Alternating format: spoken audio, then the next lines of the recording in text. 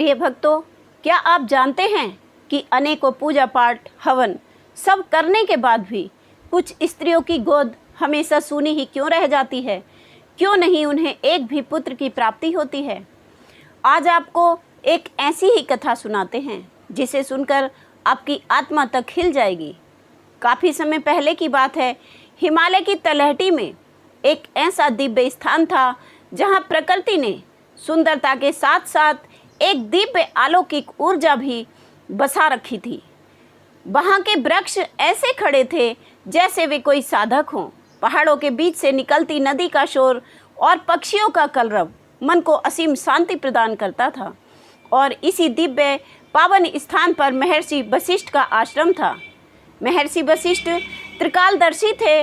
उन्हें भूत भविष्य वर्तमान सबका ज्ञान था। वहाँ पर दीन दुखी जन साधारण राजा महाराजा सब आते और अपने दुखों का अंत पाने की चेष्टा करते। संत की कुटिया में सब समान थे, सबका आदर समान था। वे अपने योग बल से सबके भविष्य को, सबके पूर्व जन्म को जान लेते और उसी के बल पर हर मनुष्य को उसके भविष्य को बता देते थे।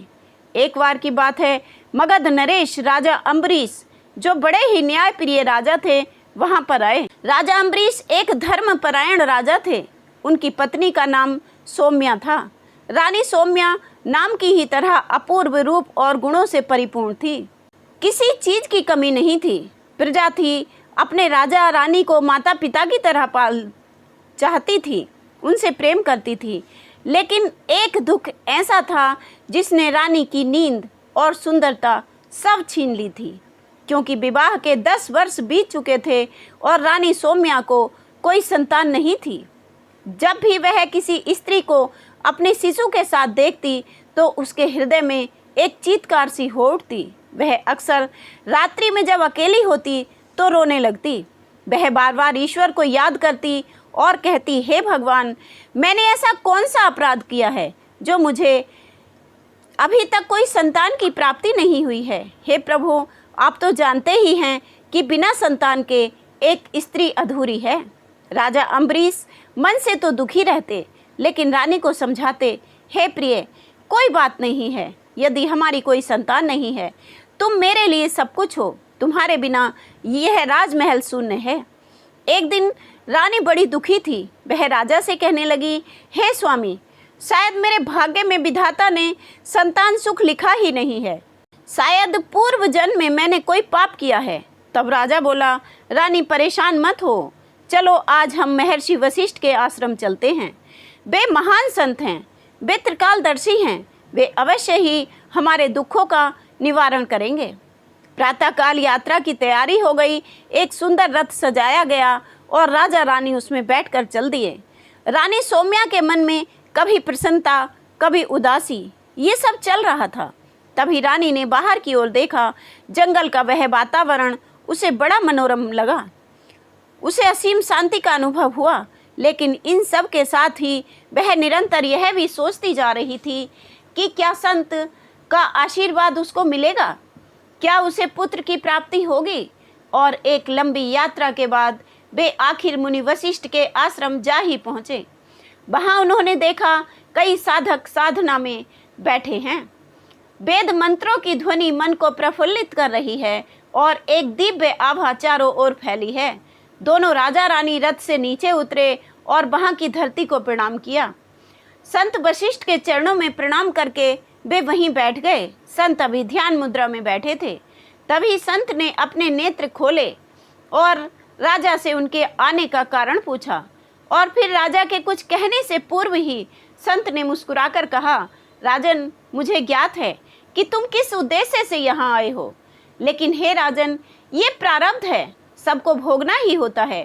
हर स्त्री के भाग्य में संतान सुख नहीं होता। यह सुनकर रानी सौम्या ने हाथ जोड़कर कहा, हे प्रभु, क्या मेरे भाग्य में संतान सुख नहीं है? तब मुनि ने नेत्र बंद कर लिए जैसे वे सब देख रहे हों और कहने लगे, हे पुत्री, तुम्हारे प्रश्न का उत्तर सरल नहीं है। तुम्हारे पूर्व जन्म का स्वभाव और कर्म दोनों ही इसमें जुड़े हैं। मैं तुम्हें बताता हूँ कि वे कौन सी स्त्रियां हैं जिनके भाग्य में संतान सुख नहीं होता। रानी के मन में आशा निराशा के भाव एक साथ उठने लगे। महर्षि ने करुणा भरी गंभीर वाणी में कहना प्रारंभ किया, हे राजन, संतान की प्राप्ति केवल शारीरिक संभोग और संतान की इच्छा से नहीं होती। इसके लिए मनुष्य का धर्म, कर्म, भोग, स्वभाव सब होता है।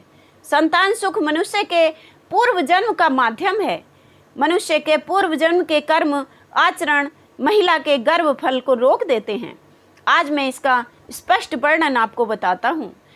पहला कारण होता है वह स्त्री जो अपने पति का अनादर करती है, उसका अपमान करती है, उसके प्रति निष्ठावान नहीं रहती है। वह स्त्री संतान सुख से वंचित रहती है। पति को देवतुल्य मानना स्त्री का परम धर्म है। जब ये धर्म टूटता है तब संतान प्राप्ति का आशीर्वाद भी टूट जाता है। दूसरा कारण है कि जो स्त्री देवताओं की शक्तियों में, उनके होने में विश्वास नहीं करती, पितरों का श्राद्ध नहीं करती, तर्पण नहीं करती, वह निसंतान रह जाती है। धर्म की जड़ें ही संतान रूपी वृक्ष को सींचती हैं, पोसती हैं। जब जड़ें ही सूख जाएंगी तो फल कहाँ से लगेगा। तीसरा और सबसे गंभीर कारण, जो स्त्री जानबूझकर गर्भ का नाश करती है, गर्भपात कराती है, उसका यह कृत्य जन्म जन्म तक समाप्त नहीं होता है। गर्भ जीवन का बीज होता है, ये सृष्टि की धारा है। इसको नष्ट करना, रोकना महापाप है। ऐसे कर्म वाली स्त्री अगले कई जन्मों तक संतान सुख से वंचित रह जाती है। चौथा कारण, जो स्त्री अपने पति की पीठ पीछे पर पुरुष का संग करती है, पवित्रता का त्याग कर देती है, उसकी संतान यदि होती भी है तो जन्म से ही दुर्बल होती है या गर्भपात का शिकार हो जाती है। पांचवा कारण, जो स्त्री कटु वचन बोलने वाली, हर समय घर में कलह रखने वाली होती है, उसके मन में शांति मधुरता का अभाव होता है और संतान सुख की प्राप्ति उसको नहीं होती है। जो स्त्री ना तो भूखों को भोजन कराती है, ना ही दीन दुखियों को दान देती है, उसे संतान सुख नहीं मिलता, क्योंकि संतान भी तो ईश्वर का दान ही है। तो जब हमने दान किया ही नहीं है तो हमें मिलेगा कैसे। जो स्त्री ना तो संतों की सेवा करती है, ना अपने बुजुर्गों की सेवा करती है, तो उसे अगले जन्म में संतान सुख नहीं मिलता। ये सब कहकर मुनि वशिष्ठ चुप हो गए। आश्रम में शांति सी छा गई। अब रानी सौम्या कहने लगी, गुरुदेव, मैंने अपने जीवन में कभी किसी का अपमान नहीं किया, सदैव धर्म का पालन किया है, अपने पति को ही परमेश्वर माना है, तो फिर मेरी गोद सूनी क्यों है।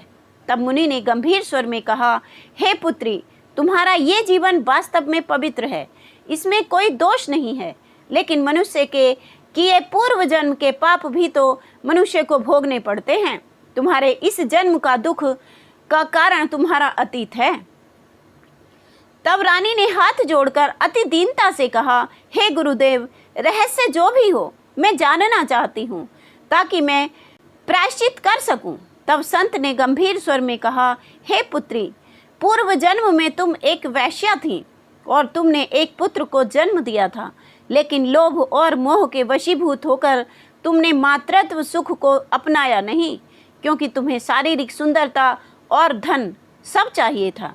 इसलिए तुमने उस पुत्र को त्याग दिया, जिससे उसकी मृत्यु हो गई, और उसी पाप के कारण आज तुम्हारी गोद सूनी है। यह सुनकर सौम्या अंदर तक कांप उठी, सिहर उठी, कहने लगी, हे गुरुदेव, ये घोर अपराध था जो मैंने किया था, लेकिन क्या कोई उपाय नहीं है? क्या मुझे संतान सुख की प्राप्ति अब नहीं होगी? तब गुरुदेव ने कहा, हे पुत्री, यदि मनुष्य का पश्चाताप सच्चे मन से हुआ हो तो घोर पाप भी नष्ट हो जाते हैं। ईश्वर बड़ा दयालु है। हे राजन, हे रानी, मैं तुम्हें एक उपाय बताता हूँ। यदि तुम और रानी पूरी श्रद्धा भक्ति से नियम पालन करोगे तो तुम्हारी गोद अवश्य भरेगी। हे राजन, संतान सुख के लिए तुम्हें केवल यज्ञ का आडंबर दिखावा नहीं करना होगा, बल्कि स्वयं को बदलना होगा। तुम्हें अपने अहंकार को मारना होगा और मन में दयालुता का भाव लाना होगा। तुम्हें हर दिन प्रातः तुलसी के वृक्ष को जल अर्पित करना होगा, दीप जलाना होगा। यह दीप तुम्हारे हृदय में भक्ति को उत्पन्न करेगा। जो स्त्री तुलसी को दीप अर्पित करती है तो उसके जीवन का अंधकार भी मिट जाता है, उसे संतान सुख की प्राप्ति होती है। हर दिन भूखों को भोजन कराओ, दीन दुखियों की सेवा करो, निर्धन मनुष्यों की कुंवारी कन्याओं का विवाह कराओ, क्योंकि दानशीलता को ही दान मिलता है और संतान सुख भी ईश्वर का एक उपहार है, एक दान है। प्रत्येक अमावस्या को खीर बनाकर पितरों को अर्पित करो, क्योंकि यदि पितरों की आत्मा तृप्त ना होगी तो उनका आशीर्वाद ना होगा और संतान सुख भी नहीं मिलेगा। श्राद्ध और तर्पण से पितर प्रसन्न होंगे और तुम्हारे मनोवांछित फल पूर्ण होंगे। सदा सत्संग करो, भजन करो, नाम जप करो। मन जितना पवित्र होगा, होने वाली संतान उतनी ही बुद्धिमान, उतनी ही लंबी आयु वाली होगी। इतना कहकर मुनि मौन हो गए और आश्रम में अपूर्व शांति छा गई। रानी सौम्या ने आंचल पसार कर कहा, हे गुरुदेव, मैं इन नियमों को कभी नहीं छोड़ूंगी, नित्य करूंगी, चाहे कैसी भी कठिनाई हो, बस आप मुझे आशीर्वाद दीजिए। गुरुदेव ने हाथ उठाकर अभय मुद्रा में आशीर्वाद दिया। कहा, हे पुत्री, ईश्वर तुम्हारे प्रायश्चित को स्वीकार करे, तुम्हें संतान सुख दे, तुम्हारे ये आंसू अब व्यर्थ ना जाएं। तब राजा ने दंडवत प्रणाम करके कहा, हे गुरुदेव, मैं भी रानी के साथ हर कार्य में पूरी श्रद्धा और प्रेम विश्वास से उनका साथ दूंगा। मुनि से आज्ञा लेकर राजा रानी अपने महल को चल दिए। अब रानी के चेहरे पर एक अलौकिक तेज था। उन्हें लगता था कि मुनि के आशीर्वाद से अब हमें हमारे राज्य को उत्तराधिकारी अवश्य मिल जाएगा। महल में आकर रानी और राजा ने सारे नियम पूर्वक कार्य किए और एक गाय भी ले ली और उसकी सेवा रानी स्वयं करने लगी। गोबर साफ करती, स्वयं गाय को नहलाती, प्रातः चरण स्पर्श करती। इस सब का ऐसा असर हुआ कि रानी प्रसन्न रहने लगी। वह दूसरे के बच्चों को देखकर ईर्ष्या ना करती, व्याकुल ना होती। ऐसे ही समय गुजरता रहा। एक दिन रानी को कुछ एहसास हुआ। तब राजमहल में वैद्य को बुलाया गया। जांच के बाद वैद्य ने राजा से कहा, हे राजन, बड़ा ही शुभ समाचार है, रानी गर्भवती है। यह सुनकर राजमहल सहित सारे राज्य में खुशियां फैल गईं। इधर रानी ने तुलसी माता को प्रणाम किया और गौ माता से हाथ जोड़कर कहने लगी, हे माता, तुम्हारे आशीर्वाद ने मेरी सूनी कोख में प्रकाश भर दिया है। राजा अम्बरीश ने अपनी रानी को दुलार किया और कहा, प्रिय, ये तुम्हारे तप का और भगवान के प्रति तुम्हारे अडिग विश्वास का फल है। रानी अब पहले से भी ज़्यादा सौम्य लगने लगी थी, मानो कोई दिव्य प्रकाश पुंज उसके अंदर पल रहा हो। जब राजमहल में हरि भक्तों का अब नित्य आना जाना लगा रहता था, जिससे आने वाली संतान एक कर्तव्यपरायण राजा का पद संभाल सके। तभी महल में कुछ तुच्छ बुद्धि के स्त्री पुरुष आपस में ये बातें करने लगे, अरे ये छलावा है, रानी राजा को छल रही है। भला जब अब तक कोई संतान नहीं हुई तो अब कैसे संभव है। यह बात धीरे धीरे राजा के कानों तक भी जा पहुंची और वे क्रोधित होने लगे। तब रानी ने कहा, नहीं महाराज, क्रोध नहीं करना है, ये ठीक नहीं है। मुनि ने हमें कहा था कि हमें क्रोध को त्यागना होगा। ईश्वर का आशीर्वाद है, सब ठीक होगा, आप परेशान ना हो।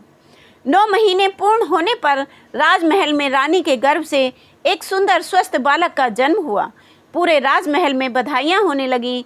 राजवैद्य ने राजा अम्बरीश को कहा, हे राजन, आपको पुत्र रत्न की प्राप्ति हुई है।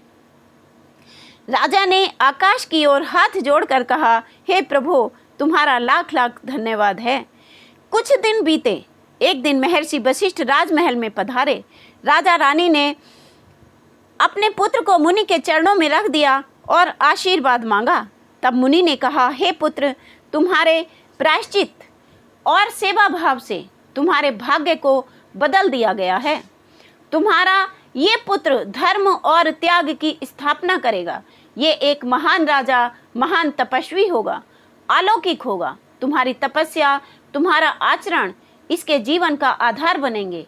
तभी रानी ने हाथ जोड़कर कहा, हे मुनिवर, आपके मार्गदर्शन से ही ये सब हो पाया है, नहीं तो शायद ये संभव नहीं था। प्रिय भक्तों, यदि सच्चे मन से संत संग किया जाए, मन क्रम वचन शुद्ध रखे जाएं और संत वाणी पर अमल किया जाए, तो जीवन में वह भी मिल जाता है जो विधाता ने हमारे भाग्य में लिखना भूल गए होते हैं। यदि आप मेरी बात से सहमत हैं यदि आपके मन में भी इसी प्रकार का कोई दुख है तो वीडियो को लाइक सब्सक्राइब कर लें और कमेंट में हर हर महादेव अवश्य लिखें। भगवान सबकी मनोकामना पूर्ण करे। राधे राधे।